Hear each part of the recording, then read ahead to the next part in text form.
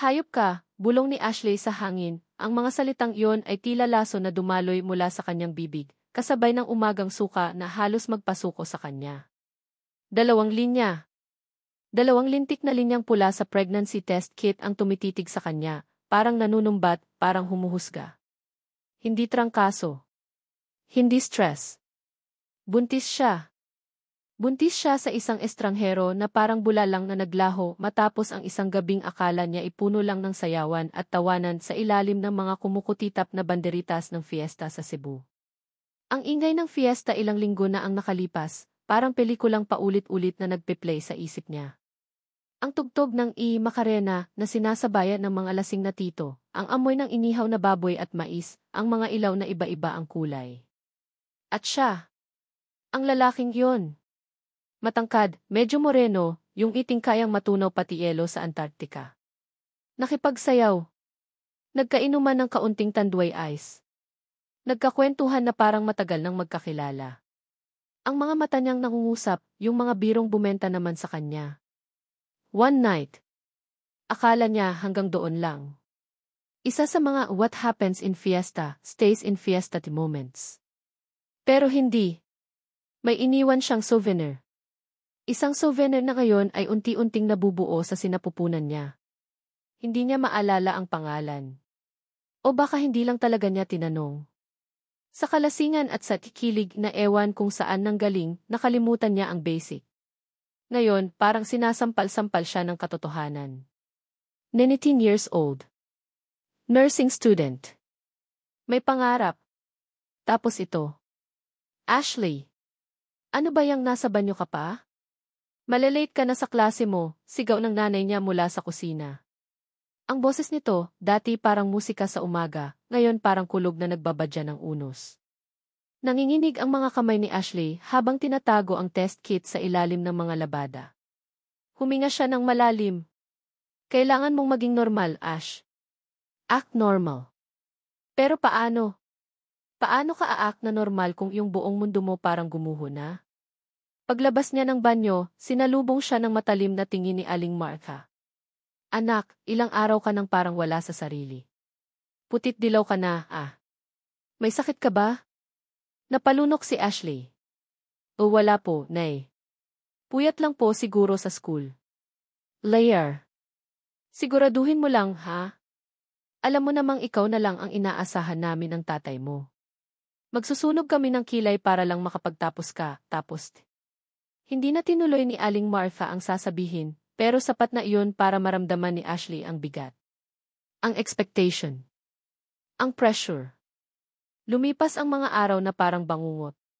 Laging nahihilo, laging nasusuka. Pinipilit niyang itago, pero alam niyang hindi magtatagal, mabubuking din siya. Ang uniform niyang unti-unting sumisikip. Ang mga tingin ng mga kaklase niya na napapansin ang pagbabago sa kanya. Isang hapon, habang nagdidilig ng halaman ang nanay niya, hindi na niya nakayanan. Nasuka siya sa mismong harapan nito, sa paso ng paboritong San Francisco ni Aling Martha. Doon na nagsimula ang impyerno. Ashley! Ano nang nangyayari sa'yo? Ang sigaw ni Aling Martha ay umalinggaw sa buong kabahayan. Nang makita nito ang pregnancy test kit na aksidenteng nahulog mula sa bulsa ni Ashley nang ito'y matumba dahil sa hilo, nanlaki ang mga mata nito. Dinampot. Tinitigan. Tapos, isang malutong na sampal ang dumapo sa pisngi ni Ashley. Walang hiya ka. Anong kahihiyan to, Ashley? Pinag-aral kita para maging nurse, hindi para maging ganito. Umiiyak na si Aling Martha, hindi sa awa, kundi sa galit at sa kahihiyan. Sino? Sino ang ama niyan, ha? Sabihin mo. Umiling lang si Ashley, humahagulgol. Paano niya sasabihing hindi niya alam? Paano niya sasabihing isang pagkakamali lang ang lahat? Nay, patawad po. Hindi ko po sinasadya. Hindi sinasadya. Ashley, yang nasa tiyan mo, hindi yan aksidente lang. Bunga yan ng kalandian mo.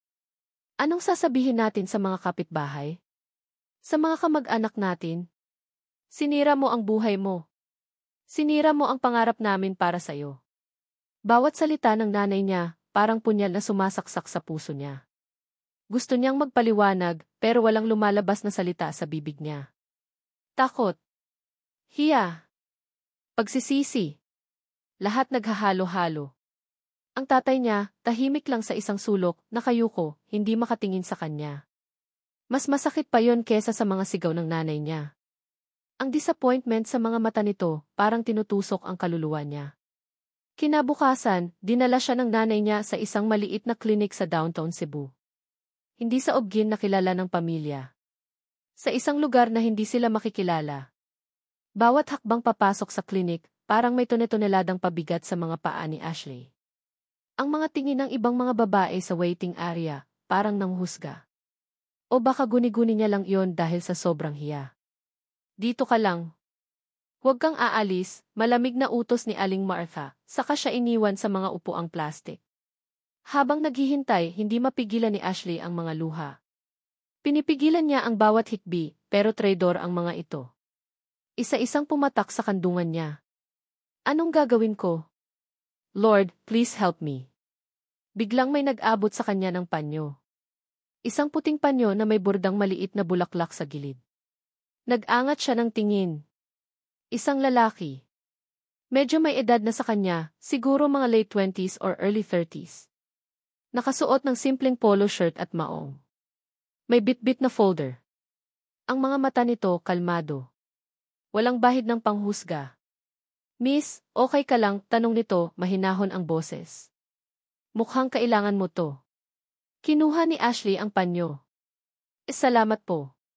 Nahihiya siya. Siguro mukha na siyang ewan sa kaiyak. Tumango lang ang lalaki at naupo sa medyo malayong upuan, binuklat ang folder na dala. Hindi na ito nagsalita pa. Pero yung simpleng gesture na iyon, parang nagbigay ng kaunting sinag sa madilim niyang mundo. May isang taong hindi siya hinusgahan kahit estranghero. Nang tawagin ang pangalan niya, nanginginig siyang tumayo. Ang doktor, isang matandang babae na may salamin, ay seryoso ang mukha. Matapos ang ilang tanong at mabilis na check-up, kinumpirma nito ang lahat. 3 months pregnant. Paglabas niya, naghihintay ang nanay niya, masama pa rin ang timpla. Walang imikan sila habang nag-aabang ng jeepney pa uwi. Ang ingay ng kalsada, ang sigawan ng mga dispatcher, ang usok ng mga sasakyan, lahat parang lalong nagpapabigat sa dibdib ni Ashley. Pagdating sa bahay, dumiretso si Ashley sa kwarto niya. Humiga siya sa kama at niyakap ang unan. Doon, sa katahimikan ng kwarto niya, binuhos niya lahat ng iyak na pinigilan niya buong araw. Ang sakit. Ang lungkot. Ang takot. Hinaplos niya ang tiyan niya. Flat pa rin. Pero alam niyang may laman na iyon. Isang buhay na nabuo dahil sa isang pagkakamali. Isang buhay na walang kasalanan. Paano ko to itataguyod mag-isa? Paano kung hindi ko kayanin? Pero sa gitna ng lahat ng agam-agam, may isang maliit na boses sa puso niya ang nagsabing, kailangan mong kayanin. Para sa kanya. Tumingin siya sa bintana. Papalubog na ang araw. Ang langit kulay kahel at rosas. Maganda. Pero parang hindi niya ma-appreciate. Napatingin siya sa panyong hawak pa rin niya. Ang panyo ng estranghero sa klinik. Simple lang, pero parang may dalang kakaibang pakiramdam. Inamoy niya ito. Amoy downy. Amoy pag-asa. Ewan. Kinagabihan, hindi siya halos nakatulog. Paulit-ulit na naglalaro sa isip niya ang mga nangyari. Ang fiesta. Ang lalaki. Ang galit ng nanay niya. Ang mga pangarap niyang tila naglaho na. Niyakap niya ang kanyang tiyan. Baby, bulong niya, kahit anong mangyari, hindi kita pababayaan. Kakayanin natin to, tayong dalawa lang.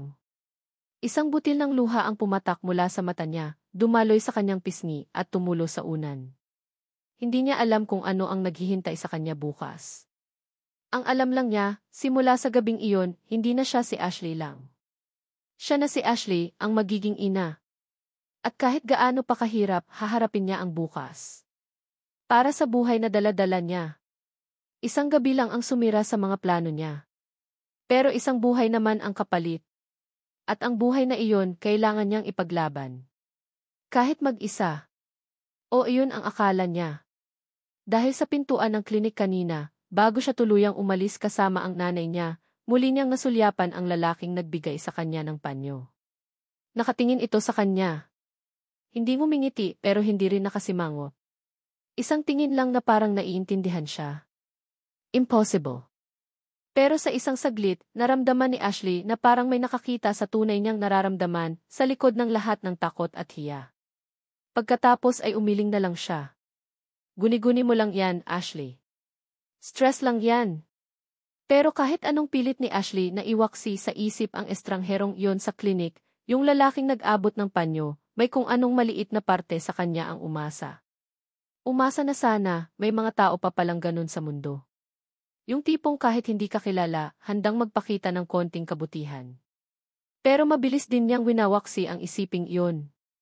Asa ka pa, Ash. Sa panahon ngayon, one-time kindness lang yun. Baka naawa lang sa'yo kasi mukha kang basang sisiw. Lumipas ang ilang linggo. Ang tiyan ni Ashley, unti-unti nang umuumbok, hindi na maitatago pa ng maluluwag na bestida o ng oversized t-shirts na hiram niya sa pinsan. Ang morning sickness, naging all-day sickness. Ang relasyon nila ng nanay niya, parang naglalakad sa manipis na yelo, isang maling galaw lang, basag. Si Aling Martha, hindi na siya pinapagalitan ng harap-harapan, pero ramdam ni Ashley ang disappointment sa bawat buntong hininga nito, sa bawat iwas ng tingin. Ang tatay niya, laging wala, nagkukulong sa trabaho, o marahil, umiiwas lang din sa tensyon sa bahay. Nag-drop out si Ashley sa nursing. Paano naman siya mag-aaral ng maayos kung iyong utak niya, laging lumilipad? Kung iyong katawan niya, laging may reklamo. Ang pangarap niyang maging nurse, tila inanod na ng agos, kasama ng mga luhang hindi niya namamalayang pumapatak tuwing gabi. Isang araw, para sa niyang prenatal check-up sa public hospital, doon na lang siya dinadala ng nanay niya para makamura, habang naghihintay ang tawag, halos masuka-suka na naman siya. Ang amoy ng ospital, pinaghalong lisol, dugo, at pawis ng kung sino-sino, parang lalong nagpapasama sa pakiramdam niya. Wala siyang dalang tubig o candy. Naiwan ng nanay niya para bumili ng gamot sa labas. Mag-isa na naman siya. Miss? Napalingon si Ashley. Ang lalaking nagbigay sa kanya ng panyo. Siya nga. Nakatayo ito sa harapan niya, may dalang maliit na paper bag, ngumiti ito ng bahagya. Yung ngiting parang pamilyar, kahit isang beses pa lang naman niya itong nakita. Ikaw. Yung sa klinik, di ba, nauutal na sabi ni Ashley. Bernard, pakilala nito, inilahad ang kamay. Bernard de Leon. And yes, ako nga yung sa klinik. Inabot ni Ashley ang kamay nito. Malinis, medyo magaspang, pero mainit. Ashley. Alam ko, sagot ni Bernard, na ikinagulat ni Ashley. Narinig ko noong tinawag ka. Here, sabi nito, iniabot ang paper bag, may dala akong extra na tubig at ilang pirasong skyflakes. Baka kailangan mo. Hindi alam ni Ashley kung anong sasabihin. Paano niya nalaman? Sinusundan niya ba ako? Pero yung sincerity sa mga mata ni Bernard, parang nagpapawi ng anumang pagdududa. Tinanggap niya ang paper bag. Yes, salamat ulit, Bernard. Nakakahiya naman. Wala ayun. Mukhang mas kailangan mo ngayon kaysa noong huli tayong nagkita, sabi nito, umupo sa bakanting upuan sa tabi niya, pero may konting distansya pa rin. Regular check-up. Tumango si Ashley, uminom ng tubig. Para siyang halaman na nalanta tapos biglang nadiligan. Medyo maselan kasi tong pagbubuntis ko. Automatic na lumabas sa bibig niya. Bakit ba ang dali niyang mag-open up sa taong to? Ganyan talaga minsan sa umpisa. Mahirap pero kakayanin mo yan. May kung anong authority sa boses ni Bernard, parang alam na alam niya ang sinasabi niya. Nagkwentuhan sila habang naghihintay. Nalaman ni Ashley na volunteer social worker pala si Bernard sa ospital na iyon. Kaya pala pamilyar ang mukha nito sa mga nurse. Hindi ito nang usisa tungkol sa ama ng dinadala niya, o kung bakit parang mag-isa lang siya palagi. Nakikinig lang ito. At paminsan-minsan, nagbibigay ng payo na very practical, hindi yung mga klitsch na naririnig niya sa iba. Simula noon, naging regular na ang pagkikita nila ni Bernard. Minsan, sinasabayan siya nito sa check-up. Minsan, dinadalhan siya ng pagkain, lalo na noong mga panahong wala siyang ganang kumain ng luto sa bahay. Si Bernard ang nag-convince sa kanya na ipagpatuloy ang pag-aaral, kahit online courses muna, para hindi masayang ang oras. Tinulungan siya nitong maghanap ng mga scholarship. Nang malapit na siyang manganak, si Bernard ang kasama niya sa pamimili ng mga gamit ng baby. Siya ang bumuhat ng mga pinamili. Siya ang nag-assemble ng maliit na crib na bigay ng kamag-anak ni Bernard. Ang nanay niya, medyo lumambot na ang puso, lalo na nang makita ang dedikasyon ni Bernard sa pag-aalaga kay Ashley, pero may distansya pa rin. Parang laging may tanong sa mga mata nito tuwing nakikita si Bernard. Sino ba talaga tong taong to? At bakit ganito na lang ang pagtulong niya sa anak ko? Isang gabi, mga 2 linggo bago ang due date ni Ashley, habang nag-aayos sila ng mga damit ng baby sa sala, biglang sumakit ang tiyan ni Ashley. Hindi yung usual na paninigas lang. Iba to, matindi. Napasigaw siya. Ashley! Anong nangyayari, taranta ni Aling Martha? Si Bernard, nakadarating lang para magdala ng sinigang na paborito ni Ashley, ang unang nakarecover. Aling Martha, dalhin na natin si Ashley sa ospital. Manganganak na yata siya. Sa ospital, si Bernard ang hindi umalis sa tabi ni Ashley. Habang si Aling Martha ay nagdarasal sa chapel, si Bernard ang humahaplo sa likod ni Ashley, nagpapagaan ng loob nito, nagbibigay ng instructions kung paano huminga. Para siyang experienced na coach. At nang marinig nila ang unang iyak ng sanggol, isang malusob na baby girl, si Bernard ang unang humiti kay Ashley, yung iting abot tenga. Congrats, Mommy Ash.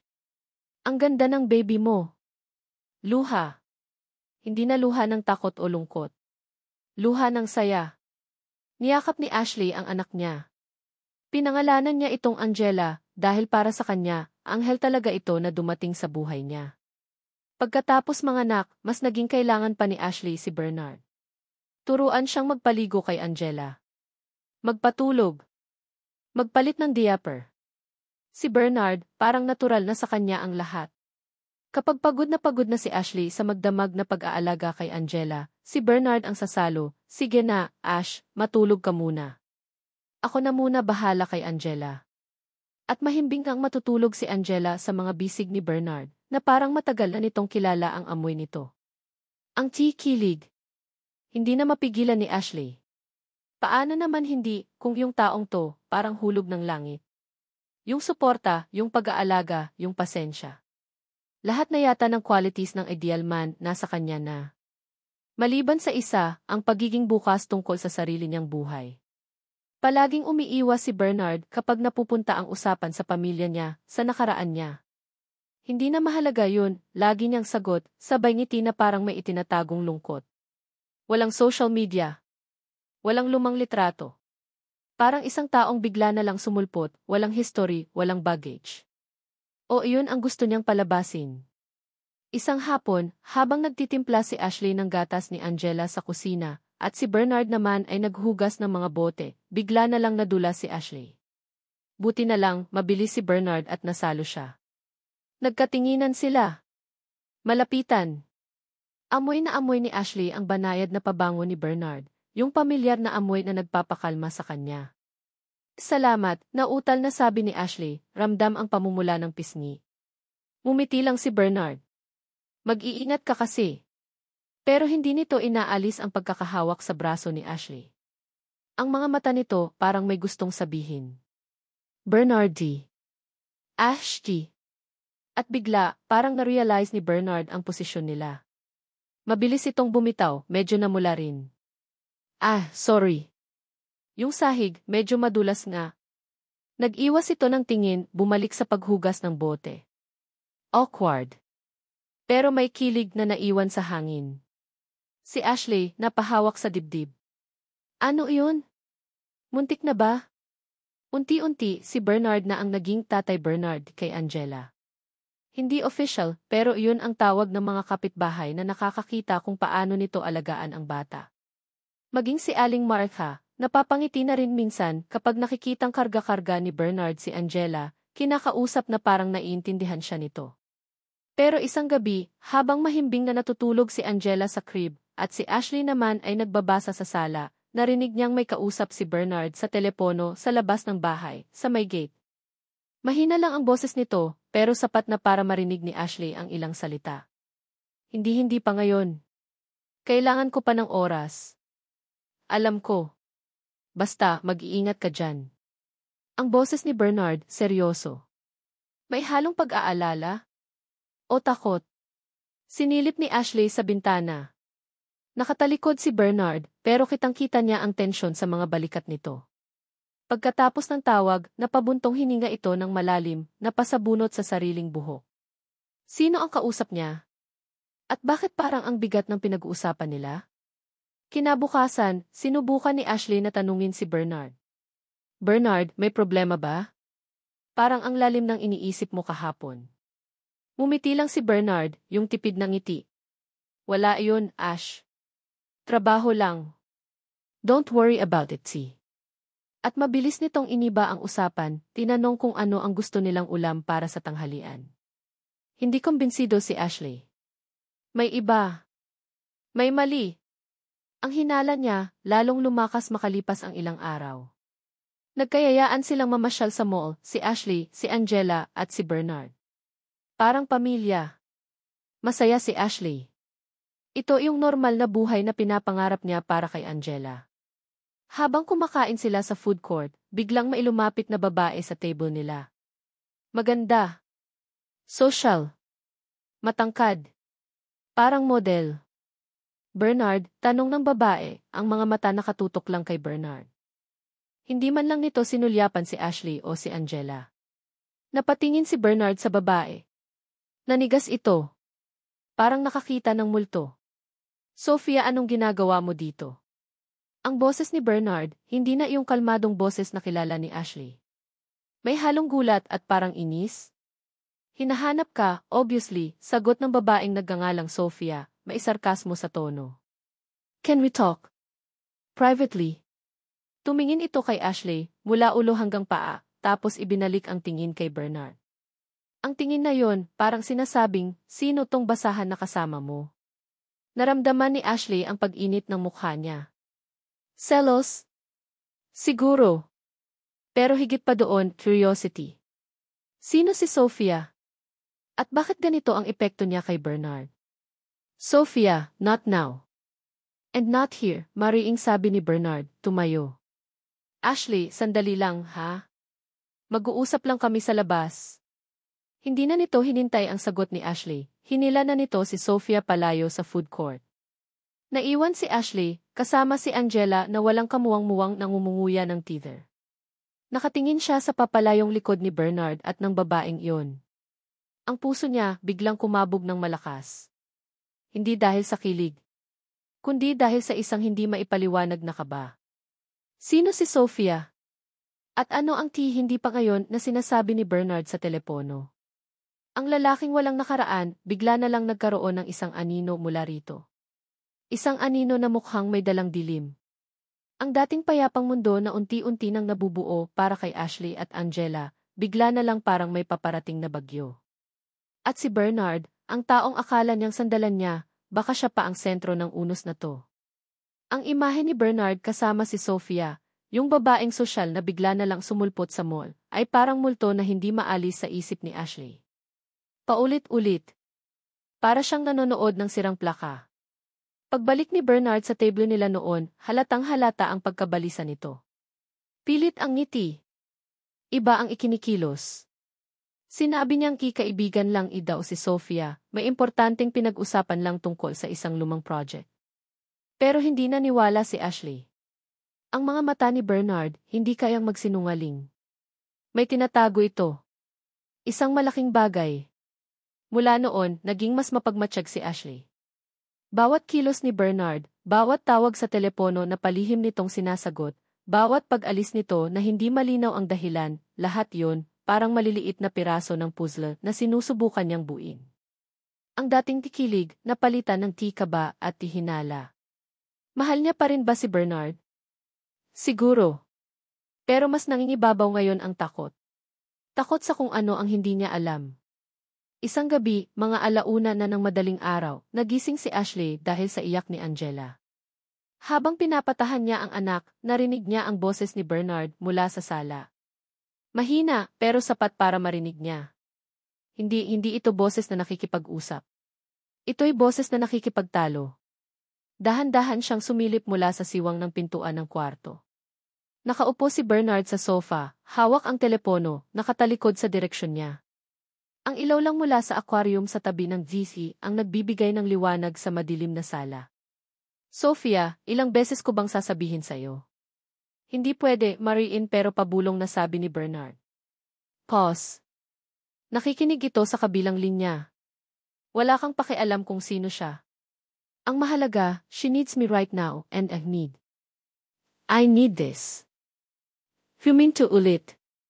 Tapos, mas tumaas ang boses nito, puno ng pighati. Damn it, Sophia. Hindi mo naiintindihan. Kasalanan ko bang nangyari yun? Ginawa ko ang lahat. Lahat. Napatakip ng bibig si Ashley. Anong nangyari? Anong kasalanan? Ang puso niya kumakaripas.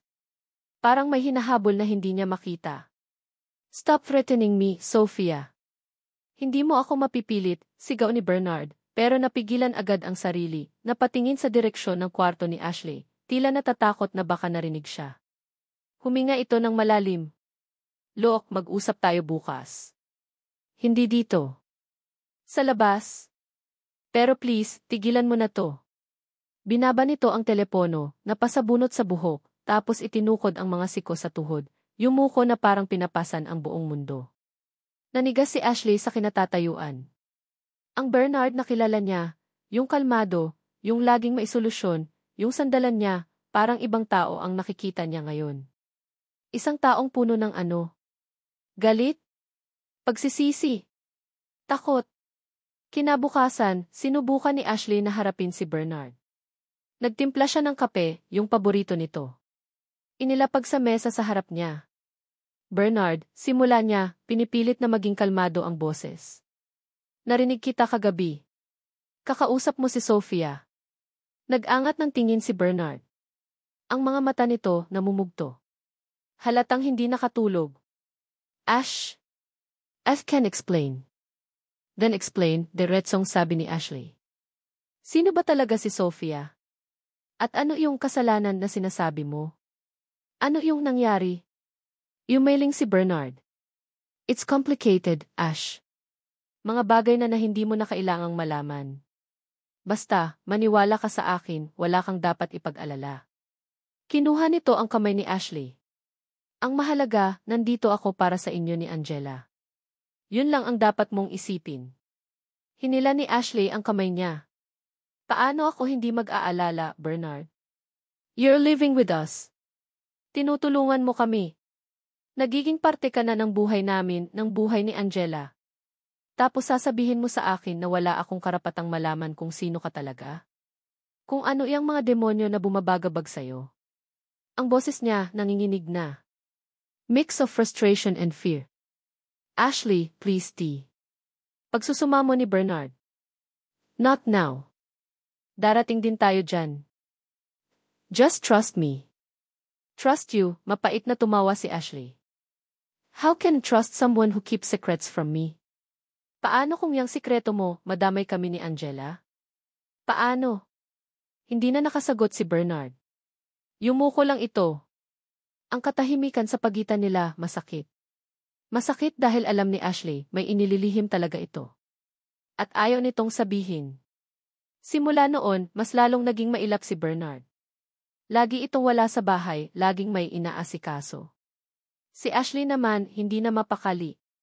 Yung mga salitang narinig niya noong gabing iyon, kasalanan ko, nangyari iyon, stop threatening me, parang sirang plaka na paulit-ulit sa utak niya. Isang hapon, habang natutulog si Angela, hindi na nakatiis si Ashley. Binuksan niya ang laptop. Nag-Google. Ano ang alam niya tungkol kay Bernard? Bernard De Leon. Volunteer social worker. More or less nasa early 30s. Taga Cebu. Yun lang. Napakakonti. Sinubukan niyang i-type ang Bernard De Leon Cebu sa search bar. Maraming lumabas. Mga Bernard De Leon na engineer, accountant, estudyante. Wala ni isang picture na kamukha ng Bernard na kilala niya. Sinubukan niyang idagdag ang key social worker. Mas kumonti ang resulta. Pero wala pa rin. Napabuntong hininga siya. Ano ba tong ginagawa ko? Nagiging stalker na ba ako? Pero hindi niya mapigilan ang sarili. May nag-udyok sa kanyang alamin ang totoo. Bigla may naalala siya. Noong unang beses silang nagkita sa klinik, may dala itong folder. May nakasulat doon na pangalan ng isang foundation. Hindi niya masyadong natandaan, pero parang may Mercy sa pangalan. Tinip niya, Bernard de Leon Mercy Foundation Cebu. Nag-load ang page. At doon, sa isang lumang article mula sa isang local na news website, may isang pangalan, Bernard Miguel de Leon. May picture. Medyo bata pa si Bernard doon, mas payat, pero siya nga. Ang caption, Businessman Bernard Miguel de Leon, acquitted sa kasong parricide. Nanlamig ang buong katawan ni Ashley. Parricide? Pagpatay sa asawa o malapit na kamag-anak? Hindi. Hindi maaari. Nagkamali lang siguro siya ng basa. Pero habang binabasa niya ang article na may petsang 5 taon na ang nakalilipas, unti-unting lumilinaw ang lahat. O mas tamang sabihin, unti-unting dumidilim ang lahat. Bernard Miguel de Leon. Isang kilalang batang negosyante sa Cebu. Ikinasal kay Sofia Alcantara, yes, the Sofia. Anak ng isang maimpluwensyang pamilya. Isang gabi, natagpo ang patay si Sofia sa kanilang mansyon. Ang pangunahing suspect, si Bernard. May mga ebidensya raw na nagkaroon sila ng matinding pag-aaway bago ang insidente. May mga pasa si Sofia. Ang murder weapon, isang mabigat na paperweight, natagpuan malapit sa lugar kung saan nakahandusay si Bernard. Walang malay, may tama rin sa ulo. Naging high profile ang kaso. Ang pamilya ni Sofia, galit na galit, gustong mabulok si Bernard sa kulungan. Pero ang depensa ni Bernard, self-defense. O mas tamang sabihin, aksidente. Nag-away daw sila ni Sofia dahil nalaman ni Bernard na may ibang lalaki ito. Nagkaroon ng komprontasyon. Si Sofia daw ang unang nanakit, may hawak na letter opener. Sa pag-aagawan nila, natulak ni Bernard si Sofia. Tumama ang ulo nito sa gilid ng isang marmol na mesa. Siya naman, tinangka raw saksakin ng lalaki ni Sofia na biglang dumating, pero nakailag siya at ang lalaki ang napukpok niya ng paperweight bago siya mawalan ng malay. Pero teka, ang article sinabing acquitted. Ibig sabihin, napawalang sala. Kulang daw ang ebidensya para patunayang sinadya ni Bernard ang pagkamatay ni Sofia. May mga testimonya rin na bayolente talaga si Sofia kapag nagagalit. At yung lalaki ni Sofia, tumakas at hindi na natagpuan. So, technically, malinis si Bernard sa mata ng batas. Pero sa mata ng publiko, sa mata ng pamilya ni Sofia, napahawak si Ashley sa dibdib niya. Ang hangin parang biglang nawala sa kwarto. Si Bernard. Ang Bernard na nag-alaga sa kanya, na nagmahal kay Angela na parang tunay na anak. Isang lalaking inakusahan ng pagpatay sa sarili niyang asawa. Flashback, si Bernard, kalmadong nagpapatulog kay Angela. Si Bernard, matyagang nagtuturo sa kanya kung paano magpalit ng diaper. Si Bernard, may ngiti sa labi habang pinagmamasdan siyang kumain ng sinigang. Ito ba yung kasalanan na sinasabi niya? Ito ba yung nangyari? Kaya ba ayaw niyang pag-usapan ang nakaraan niya? Kaya ba parang laging may lungkot sa mga mata niya? Biglang may kumalabog sa pinto. Si Bernard. Kadarating lang. Ash? Okay ka lang? Kanina pa ako kumakatok. Mabilis na isinara ni Ashley ang laptop. Nanginginig ang mga kamay niya. Tumayo siya. Hinarap si Bernard. Saan ka galing? Tanong niya, malamig ang boses. Nakipag-usap lang kay Sofia, sagot ni Bernard, halatang pagod. Tungkol sa mga ari-arian. May mga kailangan lang ayusin. Ari-arian, mapaklang umiti si Ashley. O tungkol sa pagkamatay niya? Natigilan si Bernard. Ang kulay sa mukha niya, biglang nawala. Anong sinasabi mo, Ash? Kilala ko na kung sino ka, Bernard Miguel de Leon, sabi ni Ashley, bawat salita, mabigat. Alam ko na ang tungkol kay Sofia. Alam ko na ang tungkol sa kaso mo. Ang mga mata ni Bernard, napuno ng gulat, tapos sakit, tapos resignasyon. Para siyang lobo na biglang nawalan ng hangin. Ash, let me explain. Explain what? Sumigaw na si Ashley, hindi na napigilan ang emosyon. Na yung taong pinagkatiwalaan ko, yung taong minahal ko, yung taong tinuring na ama ng anak ko ay isang-isang ki. Hindi niya masabi ang salita. Murderer. Kahit acquitted, yung duda nandoon pa rin. Hindi ako ang pumatay sa kanya, Ash. Maniwala ka sa akin, desperado na si Bernard. Lumapit ito, sinubukang hawakan si Ashley, pero umatras ito. Paano ako maniniwala sa'yo, Bernard? 5 taon. 5 taon mong itinago sa akin kung sino ka talaga. Kung ano ang nangyari. You lied to me. You made me believe you were someone else. Umiiyak na si Ashley. Galit. Takot. Pagkadismaya. Lahat naghahalo-halo. Natakot ako, Ash, sigaw pabalik ni Bernard, ang boses basag na. Natakot akong husgahan mo ako. Natakot akong iwan mo ako, katulad ng ginawa ng lahat. Pagkatapos ng lahat ng nangyari, ikaw kayo ni Angela kayo ang nagbigay sa akin ng rason para mabuhay ulit. Ayokong mawala iyon. Flashback, mabilis, parang mga putol-putol na eksena sa isang horror film, isang korte. Si Bernard, nakaposas, nakayuko. Ang galit sa mga mata ng pamilya ni Sofia. Ang mga flash ng kamera ng media. Ang mga headline sa dyaryo, businessman kills wife. So, ano ako sa'yo, Bernard? Isang paraan para makalimot ka? Isang distraction, masakit na tanong ni Ashley. Hindi. Hindi, Ash. Mahal kita. Mahal ko kayo ni Angela. Ang mga salitang yon na dati magpapakilig sa kanya, ngayon parang lason sa pandinig niya. Mahal? O ginagamit mo lang kami para takasan yang madilim mong nakaraan? Napailing si Bernard, ang mga luha tumutulo na rin sa mga mata niya. Hindi totoo yan. Pero para kay Ashley, huli na ang lahat. Ang tiwala niya, parang babasaging baso na nabitawan at nagkapira-piraso. Paano pa niya bubuin ulit yon? Tumalikod si Ashley. Umalis ka na, Bernard. Ash, please tea. Umalis ka na, sigaw niya, hindi na lumingon. Ayoko nang makita ka pa. Ever. Narinig niya ang mabigat na buntong hininga ni Bernard. Ang mga yapak nitong papalayo. Ang pagbukas at pagsara ng pinto. Naiwan si Ashley sa sala, nanginginig, umiiyak. Ang sikreto ni Bernard, hindi lang sikreto niya. Naging bangungot na rin niya. At ang tanong na bumabagabag sa kanya ngayon, sino nga ba talaga si Bernard de Leon? Ang mabait na social worker na tumulong sa kanya? O ang lalaking may kakayahang pumatay, kahit pa sabihing napawalang sala siya ng korte? Ang tikiligi at pag-asa, biglang naging gulat, galit at isang matinding takot. Takot para sa sarili niya. At higit sa lahat, takot para kay Angela. Ang mga salitang binitiwan ni Ashley, umalis ka na. Ayoko nang makita ka pa. Ever. Parang kidlat na tumama hindi lang kay Bernard, kundi pati na rin sa sarili niyang puso. Pagkaalis ni Bernard, parang gumuho ang lahat. Ang apartment na dati puno ng tawa ni Angela at ng mga banayad ng ngiti ni Bernard, biglang naging malamig at tahimik. Masyadong tahimik. Kinagabihan, hindi nakatulog si Ashley. Yakap-yakap niya si Angela, pero ang isip niya, lumilipad. Si Bernard. Ang nakaraan nito. Ang mga kasinungalingan. Ang sakit ng katotohanan. Paano niya nagawang pagkatiwalaan ang isang tao na may ganito kalaking sekreto? Paano niya nagawang mahalin ito? Mahal? Minahal ko nga ba talaga siya?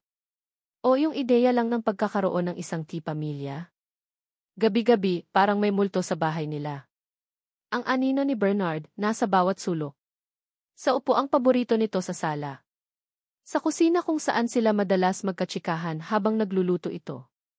Sa kwarto ni Angela, kung saan inaawitan nito ang bata para makatulog. Hindi na kinaya ni Ashley. Kailangan niyang umalis. Kailangan niyang lumayo. Hindi lang kay Bernard, kundi sa mga alaala nila. Isang gabi, habang mahimbing na natutulog si Angela, nag-umpisa siyang mag-impake. Dahan-dahan. Bawat damit na tinutupi niya, parang may kasamang kirot. Ang mga gamit ni Angela, ang mga laruan na bigay ni Bernard. Gusto niyang itapon lahat, pero hindi niya magawa. Para kasing itinatapon na rin niya ang isang parte ng buhay ng anak niya. Mommy, asan po tayo punta? Napalingon si Ashley. Si Angela, nakatayo sa may pintuan, kinukusot ang mga mata. Ang inosenteng tanong nito, parang kutsilyong humiwa sa puso niya. Baby, matulog ka na ulit. Maaga pa, sabi ni Ashley, pinipilit ngumiti. Asan si Tatay Bernard? Tanong ulit ni Angela. Miss ko na po siya. Napalunok si Ashley. Paano niya sasabihin sa isang 3 taong gulang na bata na ang Tatay Bernard niya ay hindi nababalik? Na ang Tatay Bernard niya ay hindi pala talaga dapat naging Tatay Bernard. Si Tatay Bernard, may pinuntahan lang, anak. Medyo matatagalan siya. Layer. Again. Pagod na siyang magsinungaling, pero ano ang sasabihin niya? Kinabukasan, bago pa sumikat ang araw, bitbit ang 2 maleta at si Angela na karga-karga, tahimik na umalis si Ashley sa apartment. Walang paalam. Walang sulat. Wala. Para siyang magnanakaw na tumataka sa sarili niyang buhay. Nag-abang sila ng jeepney sa kanto. Ang lamig ng umaga, ramdam na ramdam ni Ashley hanggang sa buto. Sumakay sila. Ang mga pasahero, kanya-kanyang mundo. May mga papasok sa trabaho, may mga estudyante. Siya, papunta saan? Hindi niya alam. Ang alam lang niya, kailangan niyang lumayo. Nagpababa sila sa terminal ng bus. Bumili siya ng tiket papunta sa isang maliit na probinsya sa timog ng Cebu, kung saan may malayong kamag-anak ang nanay niya na minsan lang nila nadadalaw. Doon, siguro, hindi sila masusundan ni Bernard. Doon, siguro, makakapagsimula sila ulit. Sa biyahe, tulog si Angela sa kandungan niya. Si Ashley, nakatingin lang sa labas ng bintana. Ang mga puno, mga bahay, mga taong dumadaan, parang blur lang lahat. Ang isip niya, blanko. O baka naman, puno lang ng sobrang sakit kaya ayaw na niyang mag-isip pa. Pagdating nila sa probinsya, sinalubong sila ng alikabok at ng init ng araw. Ang bahay ng kamag-anak nila, maliit lang, yari sa kahoy at pawid. Malayo sa syudad. Malayo sa lahat ng nakasanayan niya. Pero siguro, ito ang kailangan nila. Katahimikan. Ang mga unang linggo, mahirap. Nananinibago si Angela. Laging hinahanap si Bernard. Mommy, call Tatay Bernard. Sabihin mo, uwi na siya. Paulit-ulit. Si Ashley, paulit-ulit ding nagsisinungaling. Busy pa si Tatay Bernard, anak. Marami siyang work. Bawat kasinungalingan, parang karayom na tumutusok sa konsensya niya. Nakatulong naman ang mga kamag-anak nila. Mababait sila. Pero ramdam ni Ashley ang mga tanong sa mga mata nila. Sino ang ama ng bata? Bakit bigla na lang silang dumating? Hindi siya nagkwento. Ayaw niyang maging topic ng chismis sa maliit na baryong iyon. Isang araw, habang naglalabas siya sa poso, narinig niya ang usapan ng 2 kapitbahay. Nakita mo ba yung bagong salta? Yung may dalang bata, sabi ni Aling Nena, yung may-ari ng sari-sari store sa kanto. Maganda sana, ano?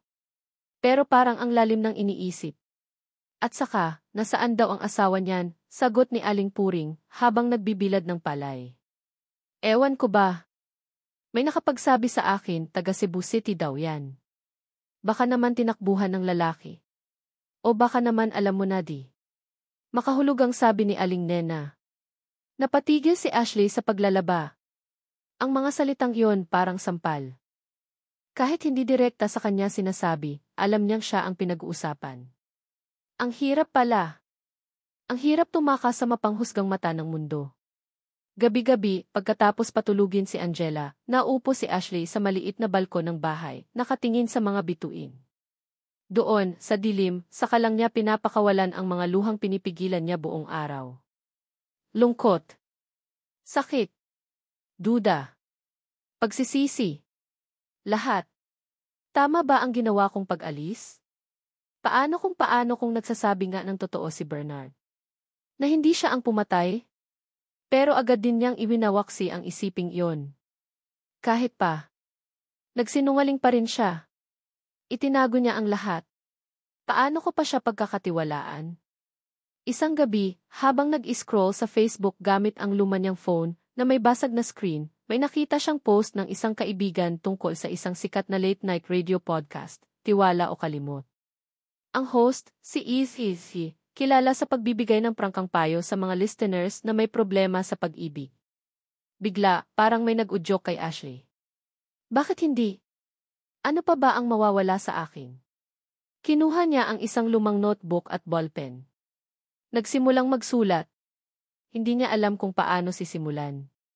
Pero nang magsimula na siyang magsulat, parang bumuhos lahat ng nasa dibdib niya. Ang fiesta. Ang pagbubuntis. Ang pagdating ni Bernard. Ang pagtulong nito.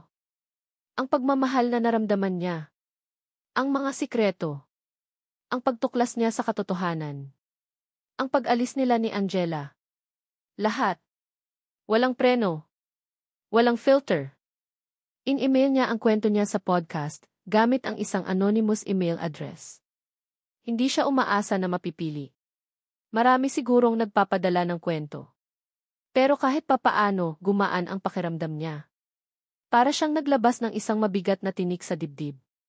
Makalipas ang ilang araw, Sabado ng gabi, habang nagpapatulog kay Angela, binuksan ni Ashley ang radyo. Saktong nagsisimula na ang Tiwala o Kalimot.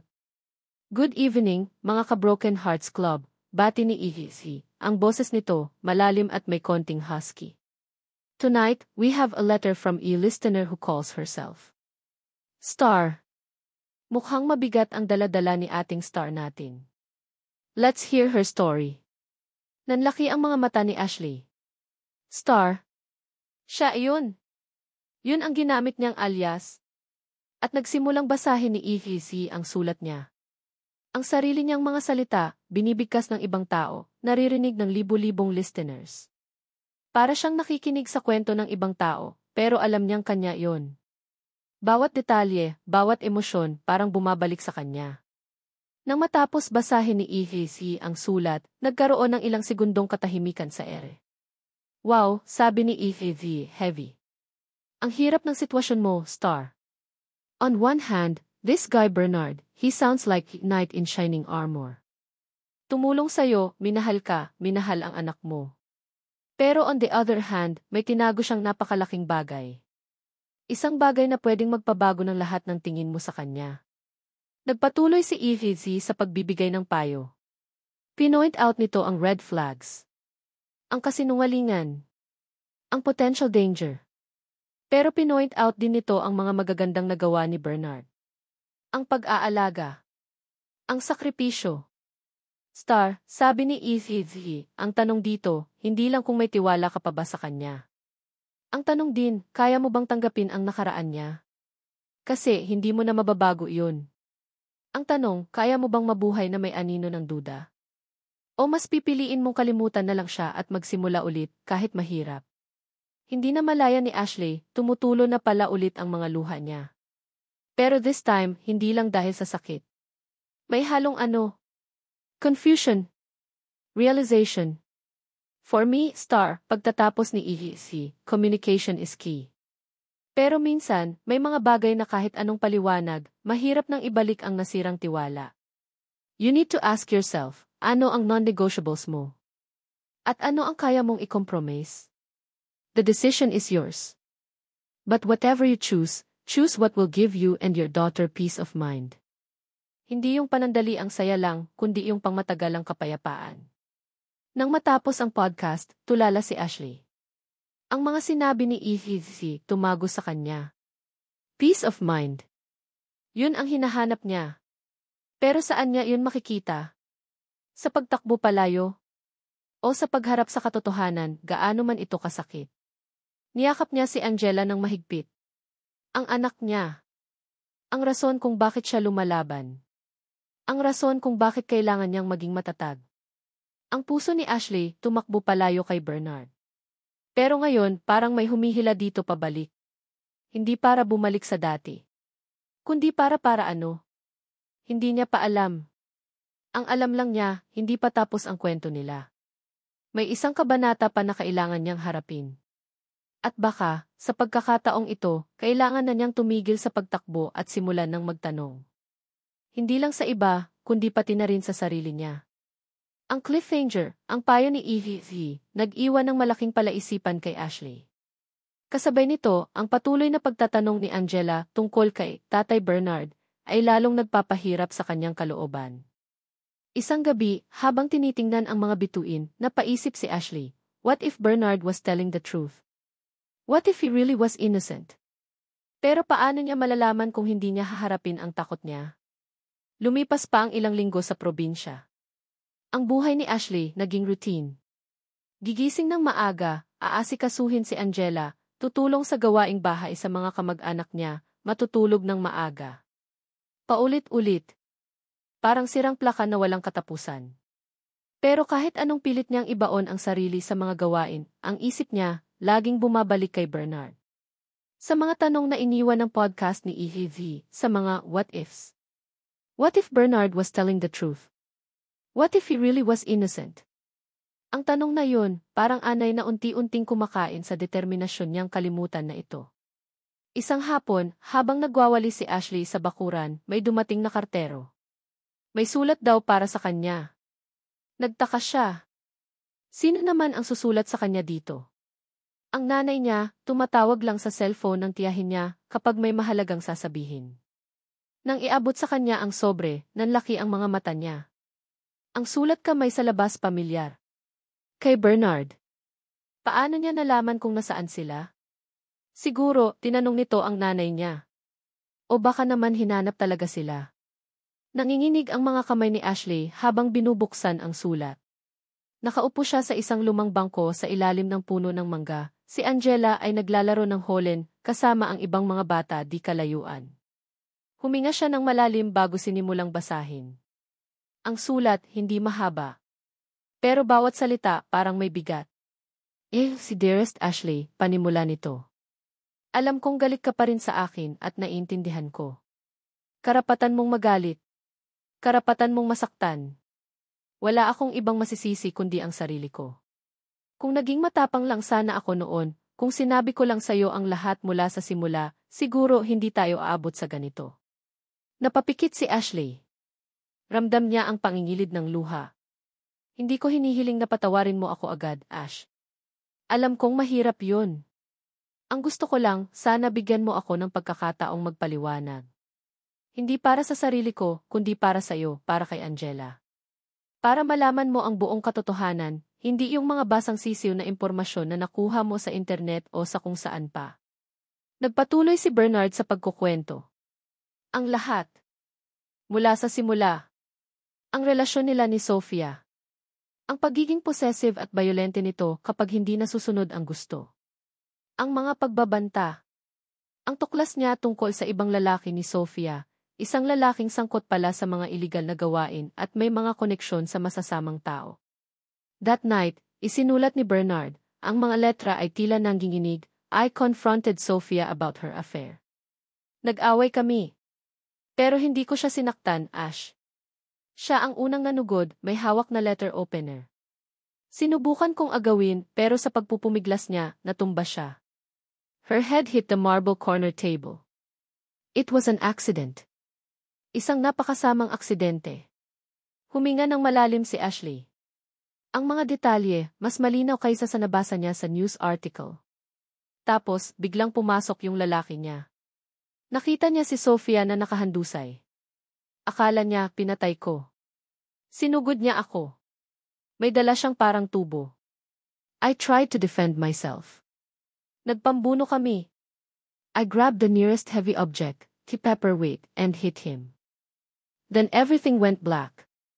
Pagkagising ko, nasa ospital na ako, at akusado na sa pagpatay sa asawa ko. Ang sakit. Ang bigat. Parang nararamdaman ni Ashley ang desperation ni Bernard sa bawat salitang nakasulat. Pinawalang sala ako ng korte, Ash. Pero sa mata ng pamilya ni Sofia, sa mata ng maraming tao, isa pa rin akong kriminal. Sinubukan kong bumangon. Pero ang hirap. Lahat ng pinaghirapan ko, nawala. Ang mga kaibigan ko, lumayo. Para akong may ketong. Until I met you and Angela. Kayo ang nagbigay sa akin ng bagong pag-asa. Kayo ang nagparamdam sa akin na pwede pa pala akong maging normal. Na pwede pa pala akong magmahal at mahalin. Tumulo na ang luha ni Ashley. Walang tigil. Kaya ako natakot sabihin sa'yo. Natakot akong baka kapag nalaman mo, iwan mo rin ako.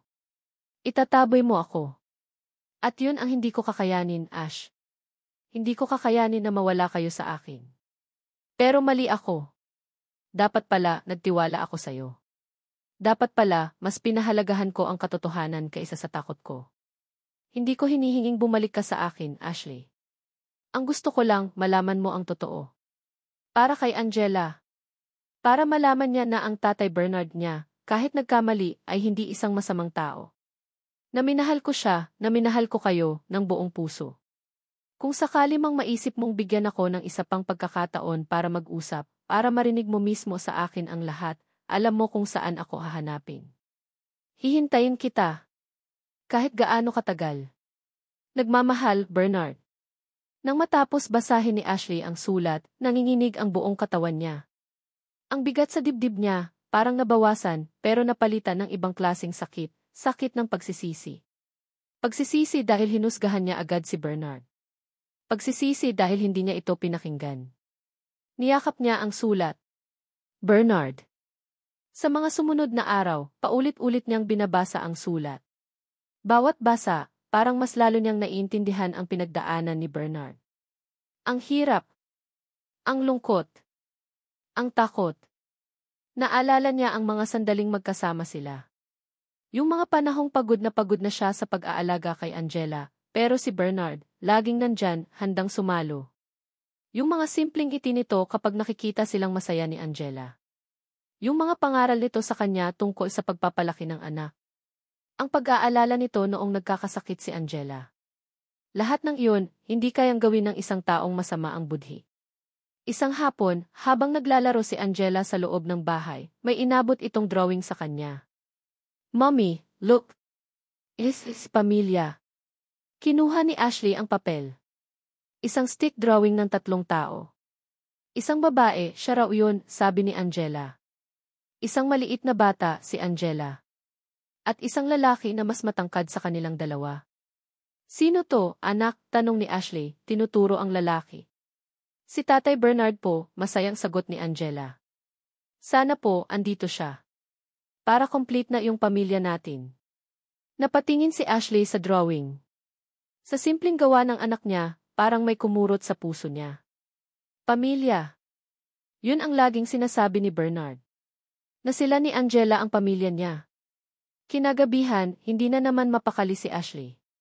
Pumunta siya sa dalampasigan, umupo sa buhanginan, pinanood ang paghampas ng mga alon.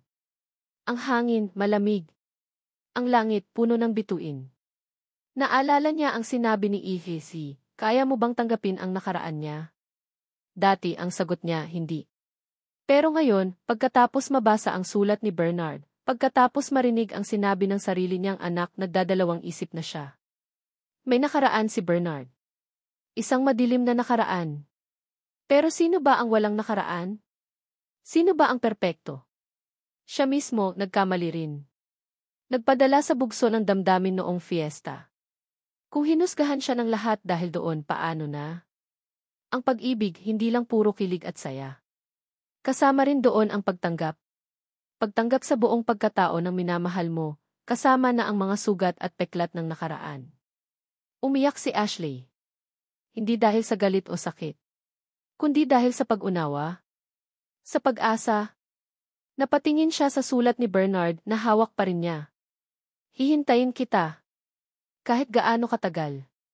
Ang puso ni Ashley na dating tumatakbo palayo, ngayon parang unti-unting humihinto. Nag-iisip. Nagtitimbang. Paano kung bigyan ko siya ng pagkakataon? Isang pagkakataon para magpaliwanag ng harapan? Isang pagkakataon para sa amin ni Angela? Ang desisyon, hindi pa buo. Pero may isang bagay na malinaw sa kanya ngayon, hindi na siya takot. Or, at least, handa na siyang harapin ang takot niya. Para sa sarili niya. Para sa anak niya. At marahil para kay Bernard. Ang cliffhanger, nakatitig si Ashley sa sulat.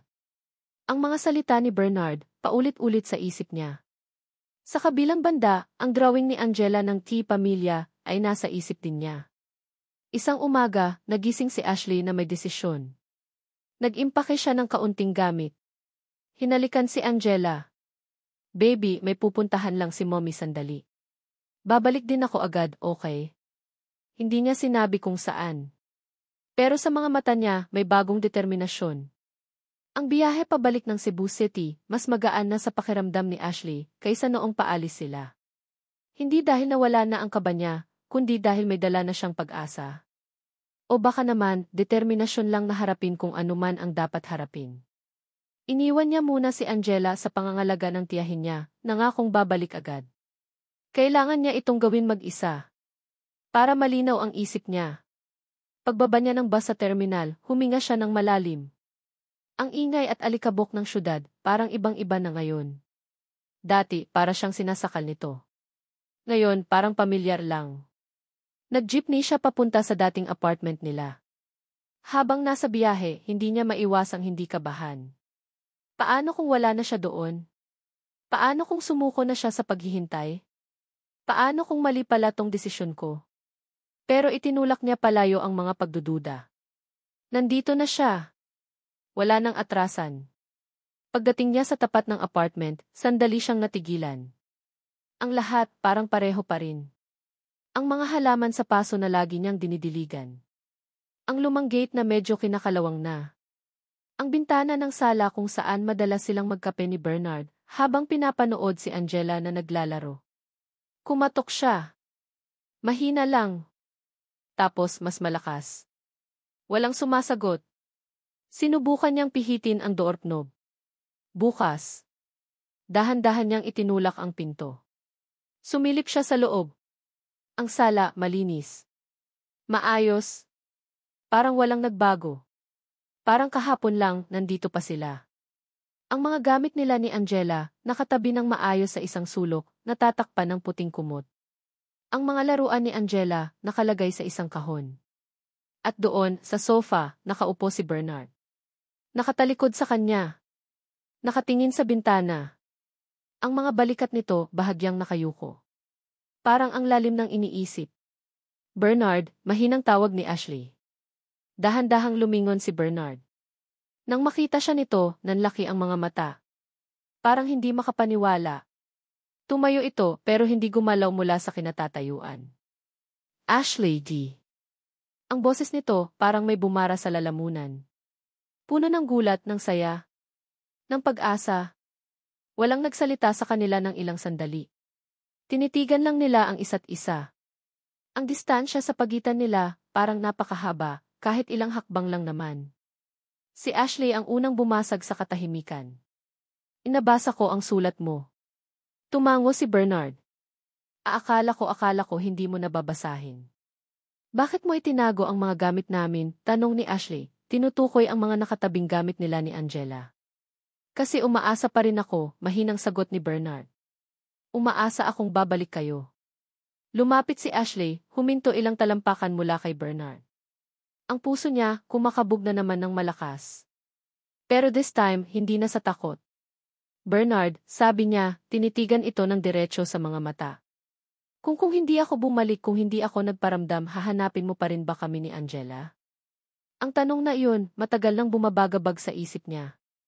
Ang sagot ni Bernard dito, parang magdidikta ng lahat. Hindi agad sumagot si Bernard. Tinitigan lang siya nito, ang mga mata puno ng emosyon na hindi maintindihan ni Ashley. Pagsisisi. Pangungulila. Pagmamahal. Tapos, dahan-dahan itong tumango. Isang butil ng luha ang pumatak mula sa mata nito. Araw-araw, Ashley. Araw-araw, sa bawat paggising ko, sa bawat pagtulog ko, kayo ang hinahanap ko. Kung kinailangan kong ikutin ang buong Pilipinas para lang makita kayo ulit, gagawin ko. Ang boses nito, basag. Puno ng sinseridad. Kayo lang ni Angela ang pamilya ko. Kayo lang ang buhay ko ngayon. Ang mga salitang iyon. Ang sagot na iyon. Parang mainit na yakap sa nanlalamig na puso ni Ashley. Ang huling piraso ng yelo na bumabalot sa puso niya, unti-unting natunaw. Hindi na napigilan ni Ashley ang sariling mga luha. Lumapit siya kay Bernard at niyakap ito ng mahigpit. Ang yakap na matagal na niyang pinagkaitan sa sarili niya, sa kanila. Niyakap din siya pabalik ni Bernard, mahigpit. Para bang ayaw na siyang pakawalan. Ramdam ni Ashley ang panginginig ng mga balikat nito. Umiiyak din ito. Patawarin mo ako, Ash, bulong ni Bernard sa buhok niya. Patawarin mo ako sa lahat ng kasinungalingan ko. Sa lahat ng sakit na naidulot ko sa'yo. Umiling si Ashley habang nakayakap pa rin. Ako ang dapat humingi ng tawad, Bernard. Hinusgahan kita agad. Hindi kita pinakinggan. Natakot ako, di. Naiintindihan ko, sabi ni Bernard, hinahaplos ang likod niya. Pareho tayong natakot. Pareho tayong nasaktan. Nang maghiwalay sila sa yakap, pinunasan ni Bernard ang mga luha sa pisngi ni Ashley gamit ang hinlalaki nito. Ang mga mata nila nagtagpo ulit. Wala nang galit. Wala nang takot. Ang naroon na lang pag-unawa. At pagmamahal. Mahal kita, Ashley, sabi ni Bernard, ang boses puno ng emosyon. Mahal na mahal kita. At si Angela. Kayo ang lahat sa akin. Ngumiti si Ashley sa gitna ng mga luha. Mahal din kita, Bernard. Ang mga salitang yon matagal na niyang gustong sabihin. At ngayon, nasabi na niya. At totoo. Totoong totoo. Biglang may kinuha si Bernard mula sa bulsa nito. Hindi sing-sing. Isang nakatuping papel. Inabot nito kay Ashley. Ano to? Tanong ni Ashley habang binubuklat ang papel. Petition for adoption. Nakapangalan si Bernard de Leon bilang petitioner. At ang pangalan ng batang ina-adopt. Angela. Ang anak niya. Napatingin si Ashley kay Bernard, hindi makapaniwala. Matagal ko na tong pinapirmahan sa abogado ko, Ash, sabi ni Bernard, medyo nahihiya. Bago pa mangyari yung gulo. Plano ko na talagang ampunin si Angela ng legal. Para magkaroon siya ng apelyido ko. Para maging tunay ko na siyang anak sa mata ng batas. Bernard D. Wala nang masabi si Ashley. Ang puso niya, parang sasabog sa sobrang saya at pagkatouch. Hindi ito proposal ng kasal, Ash, mabilis na sabi ni Bernard, parang natatakot na baka ma-misinterpret ni Ashley. Alam kong marami pa tayong kailangang ayusin. Marami pa tayong kailangang pag-usapan. Ang gusto kong malaman mo na seryoso ako sa inyo ni Angela. Nahanda akong gawin ang lahat para sa inyo. Kahit hindi pa tayo kasal, gusto kong maging legal na ama ni Angela. Tumulo ulit ang mga luha ni Ashley. Pero this time, luha ng purong kaligayahan. Kinuha niya ang ballpen sa mesa. Walang pag-aalinlangan, pinirmahan niya ang bahagi niya sa adoption papers. Ngumiti si Bernard, yung ngiting abot tenga na matagal nang hindi nakikita ni Ashley. Ang ngiting nagpatibok ng puso niya noon pa man. So does this mean, tanong ni Bernard, may pag-asa sa boses. Tumango si Ashley. Yes, Bernard. Yes. At sa pagkakataong iyon, niyakap nilang dalawa ang isa't isa. Hindi lang basta yakap. Yakap ng pangako. Yakap ng pangalawang pagkakataon. Yakap ng isang pamilya na unti-unti nang nabubuo ulit. Si Angela, tanong ni Ashley, nang maalala ang anak. Nasa labas siya, kasama si Aling Martha, sagot ni Bernard, nakangiti. Sinabi ko kasing may sorpresa ako sa kanya.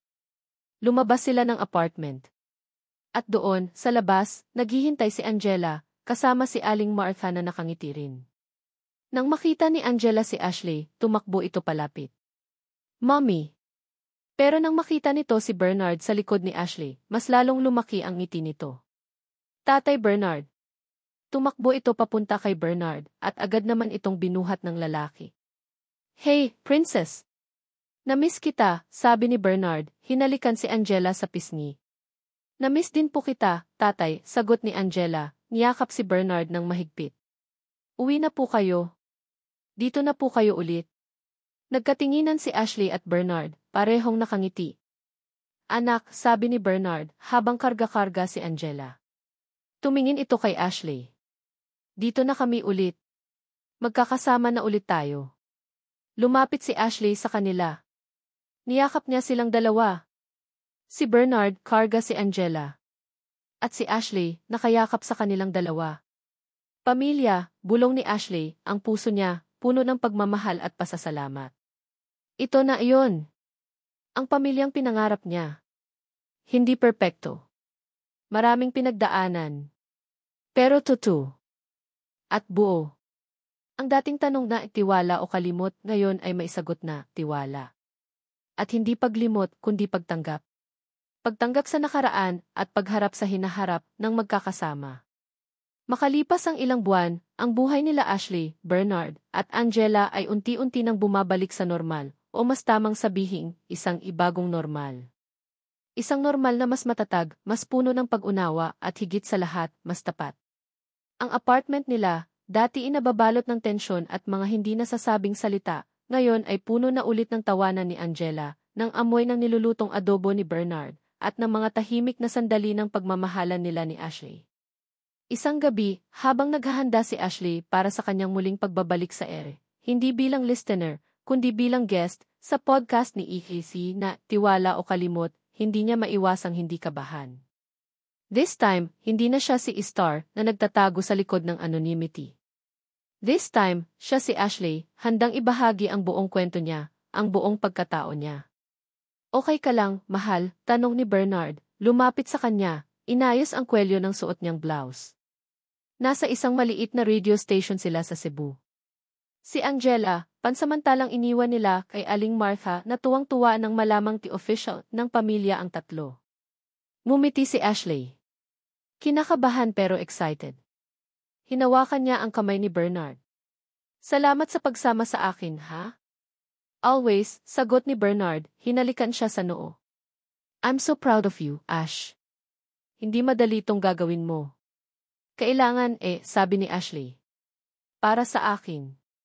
Para sa ibang mga babae na baka dumadaan din sa pinagdaanan ko. Para malaman nilang hindi sila nag-iisa. Maya-maya, tinawag na sila sa studio. Si Eve, personal silang sinalubong, may malaking ngiti. Ashley, Bernard. Welcome to the show. Ang daming nag-aabang sa inyo, lalo na sa iyo, Ashley. Ang daming na-inspire at na-touch sa kwento mo bilang si Star. Naupo si Ashley sa tapat ng mikropono. Sa kabilang salamin, sa control room, nakikita niya si Bernard, nakangiti at naka-thumbs up sa kanya. Huminga siya ng malalim. Kaya mo to, Ash. So, Ashley, simula ni EFC, last time you were here, figuratively, you were at crossroads. Ngayon, kumusta na? Ano nang nangyari after that fateful letter from Bernard? Ngumiti si Ashley. Maraming pagbabago. Maraming realizations. At nagsimula siyang magkwento. Ang pagbabalik niya. Ang pag-uusap nila ni Bernard. Ang pagpapatawad. Ang muling pagbuo ng tiwala. Hindi niya itinago ang mga hirap, ang mga duda, ang mga sakit. Pero mas binigyang diin niya ang paghilom, ang pag-asa. Alam niyo po, sabi ni Ashley, ang boses niya, matatag na, dati, akala ko, ang pag-ibig, dapat perfect. Walang gusot. Walang problema. Pero natutunan ko, hindi pala. Love is messy.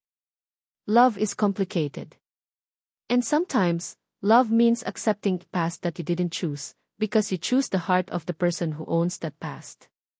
Nagpatuloy siya, hindi ko pinili ang nakaraan ni Bernard. Hindi ko pinili yung mga nangyari sa kanya. Pero pinili ko siya.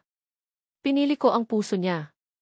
Pinili ko ang pagmamahal niya para sa akin at para kay Angela. At yun ang pinakamahalaga. Sa control room, hindi na malaya ni Bernard, may tumulong luha sa mata niya. Ang babaeng mahal niya, napakatapang. Napakabuti. Tinanong ni EFC kung ano ang payo niya sa mga listeners na baka may mga itinatagong sikreto sa kanilang mga karelasyon o yung mga nasa kabilang panig naman na nakatuklas ng sikreto. Para sa akin, sagot ni Ashley, hindi lahat ng sikreto ay dapat itago. Lalo na kung makakaapekto ito sa taong mahal mo at sa relasyon niyo. Mahirap ang katotohanan. Masakit. Pero mas masakit ang mabuhay sa kasinungalingan. At mas mahirap bumuo ulit ng tiwala kapag nasira na ito dahil sa paglilihim. Pero, dagdag niya, hindi rin ibig sabihin na kapag may nalaman kang sikreto, tapos na agad ang lahat. Minsan, kailangan nating buksan ang puso natin para umintindi. Para makinig. Hindi para manghusga agad. Dahil lahat naman tayo may mga daladalang bagahe. Ang tanong, willing ba tayong tulungan ang isa't isa na buhatin yun? Nang matapos ang interview, maraming text messages at tawag ang natanggap ng station. Karamihan, positive. Mga taong na-inspire sa katapangan ni Ashley. Mga taong naliwanagan tungkol sa pagpapatawad at second chances. Paglabas nila ng studio, niyakap ni Bernard si Ashley ng mahigpit. You were amazing, mahal. Sobrang galing mo. Salamat sa'yo, sagot ni Ashley. Kung hindi dahil sa pagmamahal at pasensya mo, hindi ko ito magagawa. Habang nasa sasakyan sila pauwi, nag-ring ang phone ni Ashley. Unknown number. Nag-aalangan pa siyang sagutin pero sinagot pa rin niya. Hello? Anak. Ashley. Boses ng isang babae. Pamilyar. Nanlaki ang mga mata ni Ashley. Inay. Matagal na silang hindi nag-uusap ng masinsinan ang nanay niya. Simula noong umalis sila ni Bernard, puro si Aling Martha lang ang kausap niya sa telepono tungkol kay Angela. Ang relasyon nila nanatiling malamig. Nakikinig kami ng tatay mo sa radyo kanina, sabi ni Aling Martha, ang boses nito medyo garalgal. Narinig namin lahat. Hindi nakapagsalita si Ashley. Ano ang sasabihin niya? Anak, sabi ulit ni Aling Martha, this time may halong hikbi na. Patawarin mo kami ng tatay mo, ha? Patawarin mo kami kung naging masyado kaming maramot sa pag-unawa sa'yo. Sa inyo ni Bernard. Napaluhan na rin si Ashley. Naini. Na-realize namin, Ashley, na tama ka. Ang pamilya hindi lang sa dugo. Nasa pagpili. At pinili ni Bernard na manatili sa tabi mo, sa tabi ni Angela, kahit anong mangyari. Pinili niyang mahalin kayo. At kami, dapat matagal na naming pinili na suportahan ka. Nay, okay lang po, sabi ni Ashley, humihikbi na rin. Naiintindihan ko po kayo. Gusto ka naming makita, anak. Kayo ni Bernard. At si Angela, syempre. Miss na namin ang apo namin. Mumiti si Ashley sa gitna ng mga luha. Tumingin siya kay Bernard na nakikinig lang, nakangiti rin. Sige po, Nay. Pupunta po kami dyan bukas. Pagbaba ng telepono, niyakap ni Ashley si Bernard. Narinig mo iyon? Tumango si Bernard. Finally. Kinabukasan, dumalaw sila sa bahay ng mga magulang ni Ashley. Ang dating tensyon, napalitan ng mga yakap at ng mga luhang may kasamang ngiti. Si Aling Martha, hindi na binitiwan si Angela.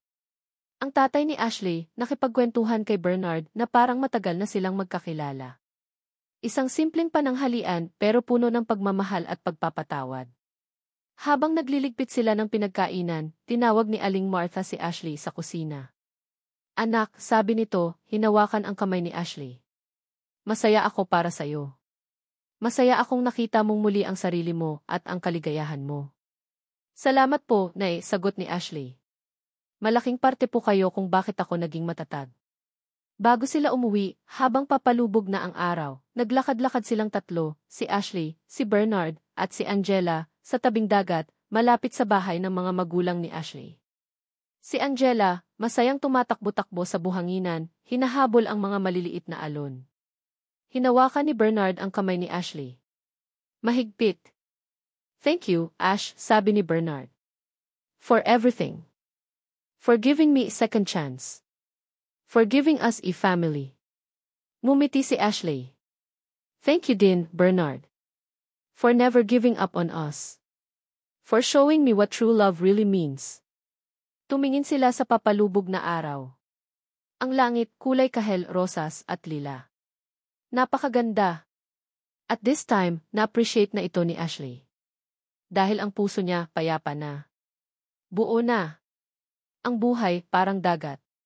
Minsan, kalmado. Minsan, maalon. May mga sikretong nakatago sa ilalim. May mga bagyong dumarating.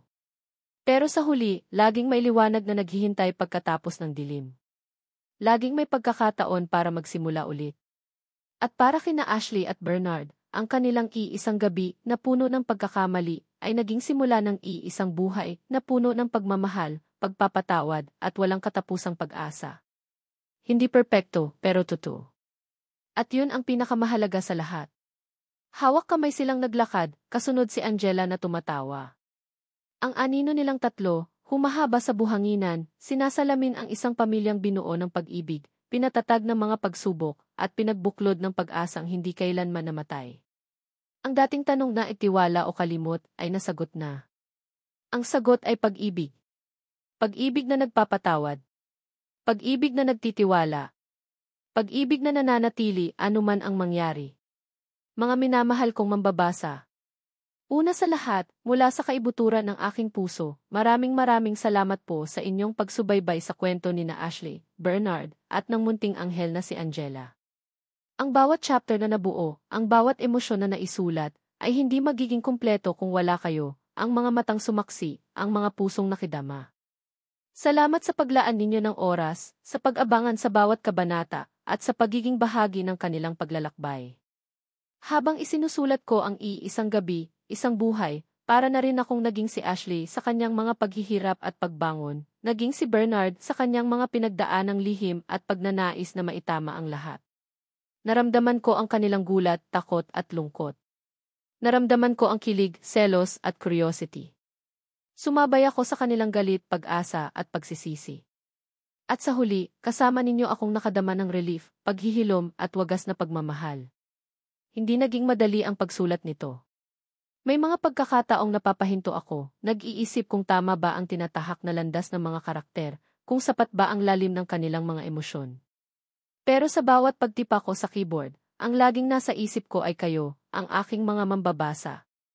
Nais kong makalikha ng isang kwentong hindi lang basta magpapakilig o magpapaiyak, kundi isang kwentong may iiwang aral at inspirasyon. Ang Isang Gabi, Isang Buhay ay isang paalala na ang buhay ay hindi perpekto. Lahat tayo ay nagkakamali. Lahat tayo ay may mga nakaraang nais nating itago o kalimutan. Ngunit ang mahalaga ay kung paano tayo bumabangon mula sa mga pagkakamaling iyon, kung paano natin hinaharap ang mga bunga ng ating mga desisyon, at kung paano tayo natututong magpatawad, hindi lang sa iba, kundi pati na rin sa ating mga sarili. Isa sa mga pangunahing mensahe na nais kong iparating ay ang kahalagahan ng tiwala at katapatan sa isang relasyon. Hindi lahat ng sekreto ay dapat itago, lalo na kung ito'y maaaring makasira sa pundasyon ng pagmamahalan. Ngunit kasabay nito, mahalaga rin ang pag-unawa at ang kakayahang magbigay ng pangalawang pagkakataon. Dahil minsan, ang mga taong pinakakarapat dapat sa ating pagmamahal ay yung mga handang aminin ang kanilang mga pagkakamali at gawin ang lahat upang maitama ang mga ito. Nais ko ring iparating na ang pamilya ay hindi lamang nakabase sa dugo. Ito ay nabubuo sa pagpili, sa pag-aalaga, at sa pananatili sa tabi ng isa't isa sa hirap at ginhawa. Ang pamilya ay ang mga taong pinipili nating mahalin at pinipiling mahalin tayo pabalik sa kabila ng ating mga imperpeksyon. At higit sa lahat, ang kwentong ito ay tungkol sa pag-asa. Kahit gaano pa kadilim ang sitwasyon, kahit gaano pa kabigat ang mga pagsubok, laging mailiwanag na naghihintay. Laging may pagkakataon para sa paghilom at para sa isang mas magandang bukas. Ngayon, mga minamahal kong kaibigan, kung ang kwentong ito ay nakaantig sa inyong mga puso, kung may mga aral kayong napulot, o kung may mga bahagi ritong tumatak sa inyong isipan, inaanyayahan ko kayong ibahagi ito sa inyong mga kaibigan, kapamilya, o kahit na sino pa mang sa tingin ninyo ay maaaring makakuha ng inspirasyon mula rito. Huwag din po kayong mag-atubiling iwan ang inyong mga komento, saloobin, o kahit na anong pumasok sa inyong isip matapos basahin ang kwento. Ang inyong mga mensahe ay napakahalaga sa akin. Ito ang nagsisilbing inspirasyon ko para patuloy na lumikha at magbahagi ng mga kwentong makabuluhan. Muli, isang taos-pusong pasasalamat. Hanggang sa ating muling pagkikita sa mga susunod pang kwento. Naway patuloy tayong maniwala sa kapangyarihan ng pag-ibig, pagpapatawad at walang hanggang pag-asa.